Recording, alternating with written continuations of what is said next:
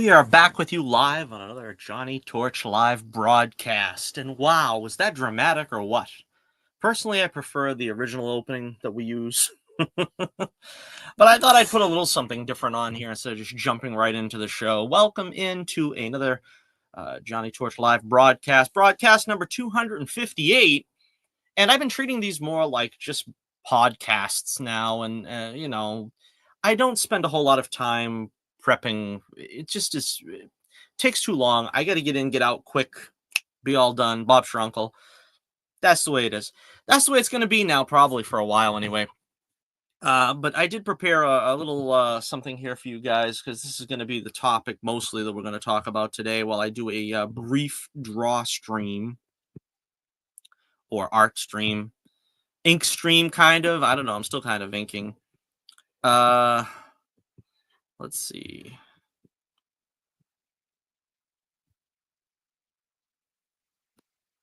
Of course, having difficulties, but there you go. All right, this is what we're kind of talking about today. Nobody is allowed to like anything anymore. People have been relentlessly dogging the new Superman movie from James Gunn that's not even out yet, but now the most apparently egregious thing that was ever put to screen is the new Superman commercial, which has a new 2-second scene of David Cornsweet as Superman flying, and apparently people don't like the way his eyes look, and this has become a source of mockery and derision among people. But I don't really particularly understand what the problem is. It doesn't look like anything is wrong with the shot, but I've seen every manner of armchair camera jockey criticize this, and basically it's just an excuse for me to go on another rant about how, for whatever reason, film criticism is dead and it's likely not coming back anytime soon. Now, I got my own assumptions on why this has happened. I think it has to do with what your boy Zach has called the birthday party clowns. I was on this long before he was, so it's not like he's discovered this when nobody else has. But film criticism is now at an all-time low. And when I was a kid, everybody went to Siskel and Ebert, and for some who were probably a generation after, it was Ebert and Roper. And everybody went to them for discussing the movies, and they could do it in a nice, relatable way where, they didn't talk down to their viewing public because they treated it as normal people would. Did you like the movie? Did you not like the movie? What did you like about it? Why didn't you like it? Everything now has become so superficial.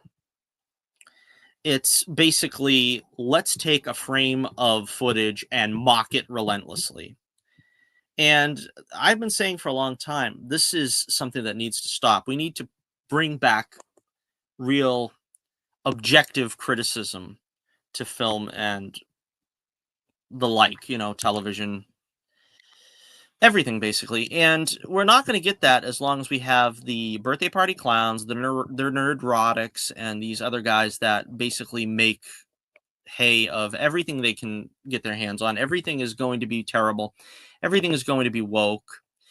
I think they're sort of backing away from that now. I know they still have there's certain cash cows that they're going to complain about, like Snow White, and basically anything comes from Disney. But other things, like, we have to mock it. We have to say it's no good. We have to say that it's subpar because that's where we are now. Mockery has taken the place of actual legit film criticism. Now, I said online today, as a matter of fact, or was it yesterday, Twitter, that I saw this coming a long time ago. Like I said, this is not something that your boy Zach just discovered. When Book of Boba Fett came out, and everybody was on the bandwagon of, oh, it's terrible and it's horrible. And I've admitted, even in my reviews, it's not a great show. I don't think it's quite as bad as some of the other things. I mean, it's certainly not worse than The Acolyte. I probably would rather watch it again before I watch Andor, but that's another story. But when Book of Boba Fett came out, and it was a subpar show, and people were haranguing it for, well, they had the Power Rangers bikes in it, and isn't that embarrassing how the Power Rangers bikes look and everything? And you had so much more meaty material that you could criticize about that show.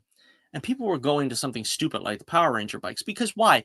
It's the piling on community now. That's what we do basically. We take something that we think is dumb and we pile on it like we're middle schoolers when most of these guys are really middle aged, let alone middle schoolers. And it's just not the proper way to go about film criticism. It's just mockery for the sake of mockery. And it's all tied down to the fact that nobody is allowed to like anything anymore. If you like something, you're stupid, or you like stupid stuff. And everything is like criticized to the nth degree.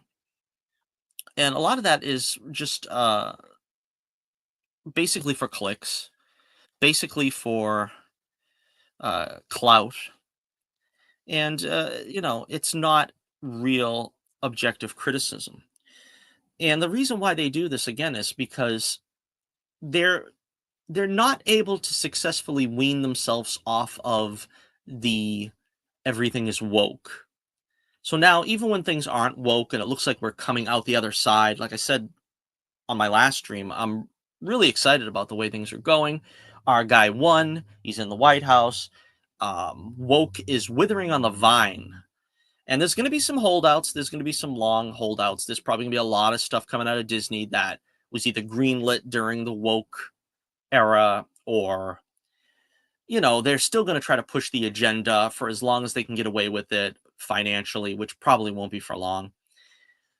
But the woke is pretty much on the decline now. And so how are these guys who make their bread and butter with everything is horrible, everything is bad, everything is woke, everything is wrong, how are they going to continue on? And well, we're kind of seeing it now with things like this, where, you know, something doesn't look good, let's make a mockery out of it. And if they get enough people to do that, then they know that that's their next hit piece and that's what they can continue making hay with. Uh, in the case of this, I think in the case of Superman, as we're discussing specifically James Gunn's Superman, I think this is more also tied to the Snyder Bros. Because you see a lot of people that are just coming after this film relentlessly for no reason other than it's not Snyder's bleak, grim, dismal affair, which is his films in the DC universe. Now, they're going to be biased and they're going to have every right to have their bias. I even said this before on Twitter that to take the old tired line from The Dark Knight, you either die a hero or live long enough to see yourself become a villain. Now, what were the Snyder Bros' famous words? Every single time, everybody was like, oh, this isn't feeling like Superman to me. Superman wouldn't do this, and this is not the way Superman typically is portrayed. We always heard, well, Christopher Reeve was a long time ago. And this is a new day. This is a new era for Superman. We have to look at Superman through a different lens.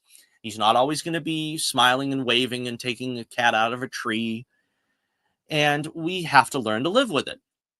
Well, basically, they've come full circle now because they can't adapt and live with a Superman who isn't grim and dour.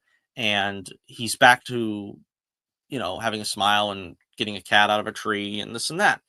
Now, there's legitimate criticism I've heard about the trailer, which is things that I've said, which is this Superman doesn't particularly look happy. This Superman is beat up and run ragged, and this is something that, in my opinion at least, is not something that you lead with in a new Superman movie. Now, I am withholding judgment because I think this is still going to be a good movie from, as I said in the last stream, I think all their eggs are in this basket. And I think eyes are fixed firmly on James Gunn to do the right thing. I don't think he's going to get out of line. I don't think he's going to do crazy stuff with Superman. It's probably going to have his fingerprints on it, but it's not going to be a James Gunn movie the way Guardians was, or other films that have had his, he had carte blanche to do whatever he wanted. He's going to have to stick to the mythos as much as possible. I mean, Superman isn't going to do a dance off at the end of the movie or whatever. You can kind of feel confident that this is going to be played for real. This is serious.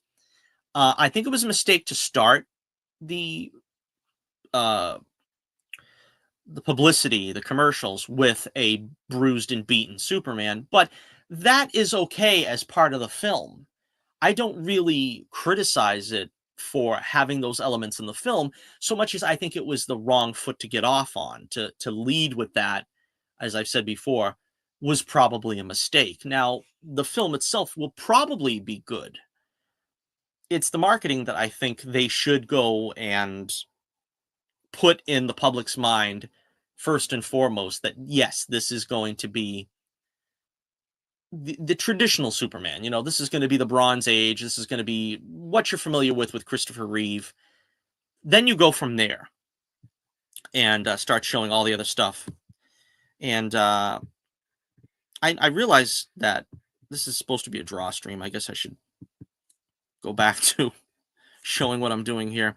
But basically, that's the problem. I don't really see why people are doing this. It just is. It goes back to the fact that we can't like anything anymore. We have to say, like, middle schoolers again. We have to say, "Oh, I don't like this. What do you think? I'm not cool. Of course, I'm cool. I don't like this. This is not cool." And this is kind of what we're going through with YouTube nowadays for criticism, for film criticism. Now, of course, that's not saying that everyone's like that, and I know for sure that there are some critics that are out there that are still doing their due diligence with this, but it's not enough. It's few and far between these days. Um, I've always said I think Jeremy Johns is pretty authentic. Uh, I know there's some smaller name guys out there too that probably don't get the publicity that he does, but there's still some out there. All right, this is a scene we're doing now where it's called the bus fight, because I think I've mentioned this before online. This is not really a spoiler, but Bullets is going to get in a fight on a bus. This is the way. This is why I said this is going to be a really action-packed episode. This issue, the whole story, I think, has got a lot of action in it. The second act, probably not as much, because as you can see here, Bullets is reacting to the torture. You kind of see this worn look on his face. This was like really something for me. I was like, I want him to look really distressed. And I tried my best to really get that distressed look on him with this worn visage post torture. So that was something that I really was trying to stress here. Also, want to remind everybody you can check out the Adventures of Bullets Bourbon Private Eye on Global Comics. If you're watching this now, within a couple of days of its broadcast, the paywall is still down on Global Comics. And I would love for just a couple of people, if one or two people are watching this and enjoy the podcast, the broadcast, as I call it, just take a look. Look in the link in the description below. Take a look at Global Comics, find Bullets Bourbon Comics, and let me know what you think. I can guarantee that it's not going to be what you think, because my particular brand of doing comics is my own. I always say this, but and I really want to talk about the book more, and that's why I'm trying to press myself to do draw streams, because draw streams are tough in that I would rather just be talking or just drawing. I don't like doing both at the same time. But I really want to stress out there that my books are old school enjoyment. It's old school entertainment. It's old school fun. This is not going to be doom and gloom. I mean, there's going to be action. There's going to be excitement. There's going to be adventure. There's colorfulness. We're not going to do everything in shadows and muted colors like everybody else does these days.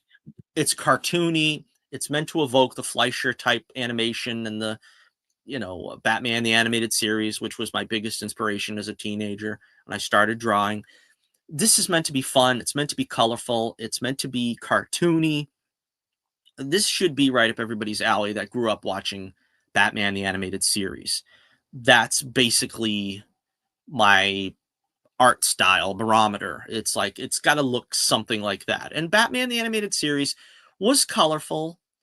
It wasn't completely, it was noirish, but it wasn't completely dark. It was, a lot of people remember that for its time. It was a pretty dark cartoon, talking about visually, it looked dark, but it really wasn't. I mean, you still had the Joker and Poison Ivy and, all these characters that were, of course, very colorful and imaginative.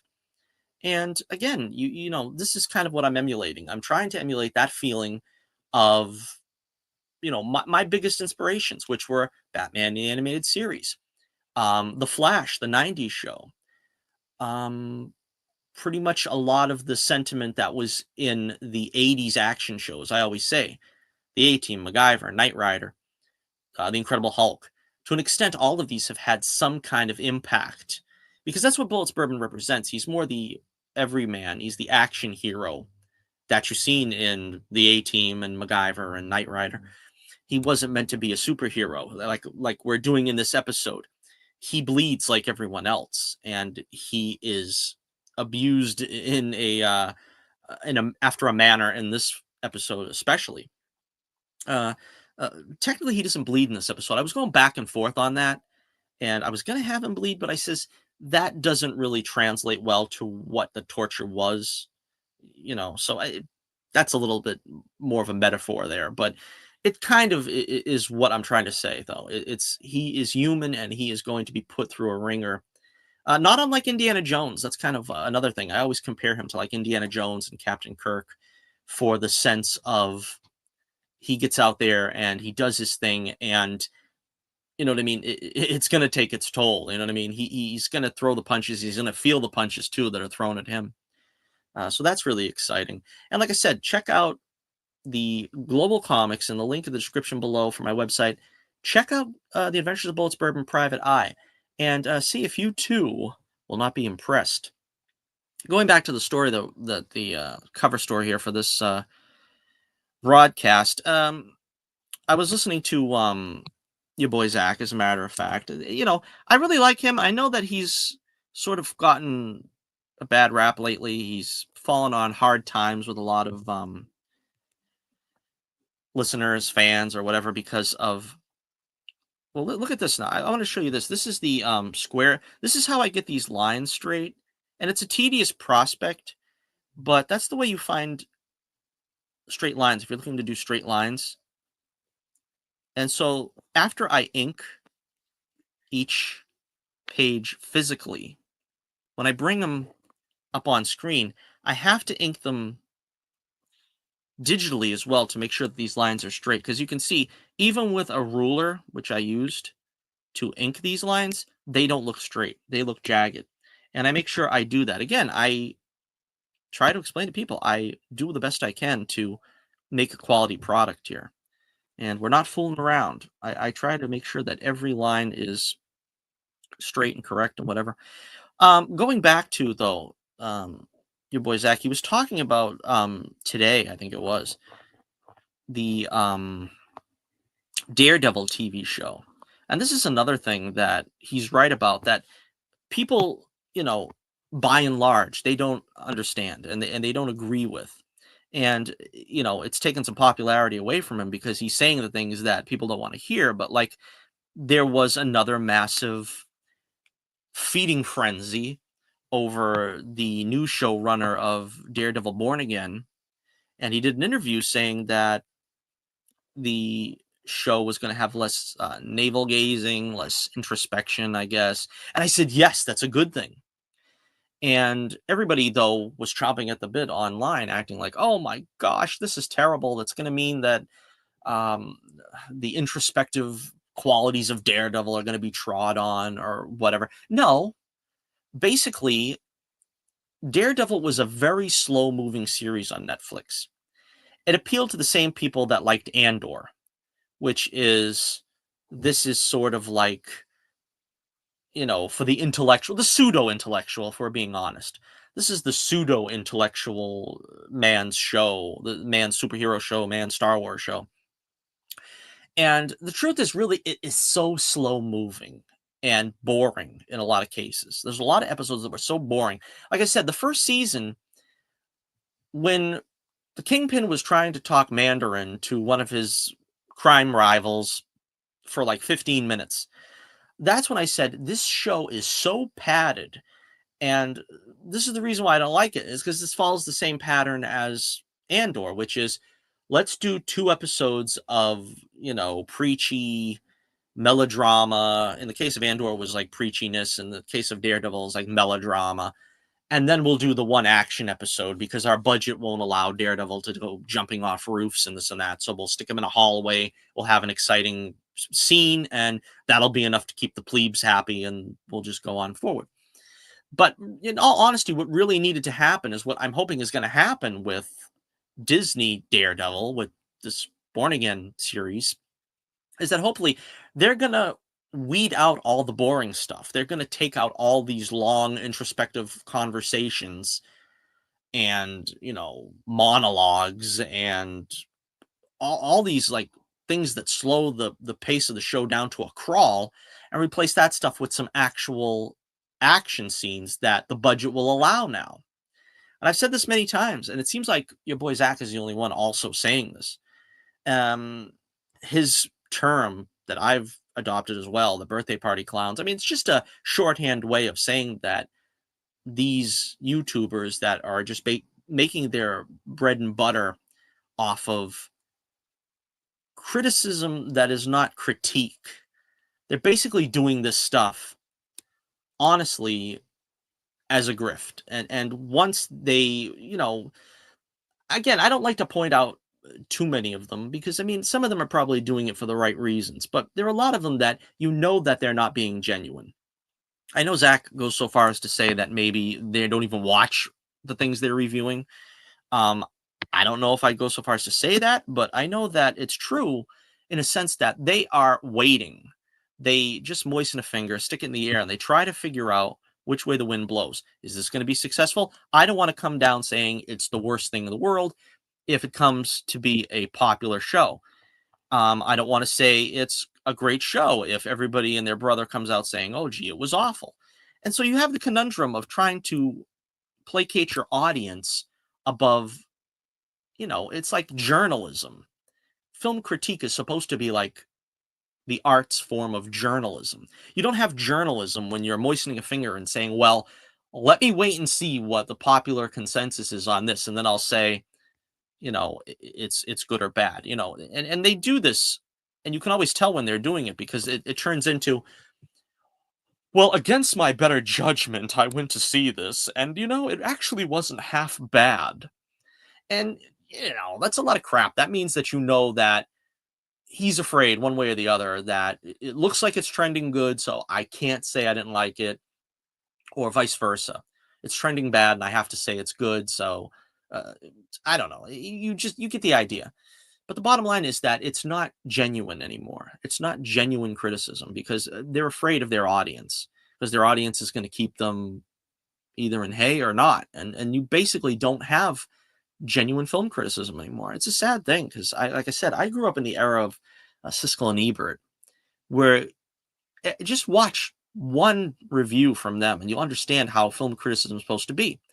Basically, one guy would say, this is what I liked about it. The other guy would say, this is what I didn't like about it. And it was all opinion, because why? Art is subjective. That's what I've always said. Art is subjective.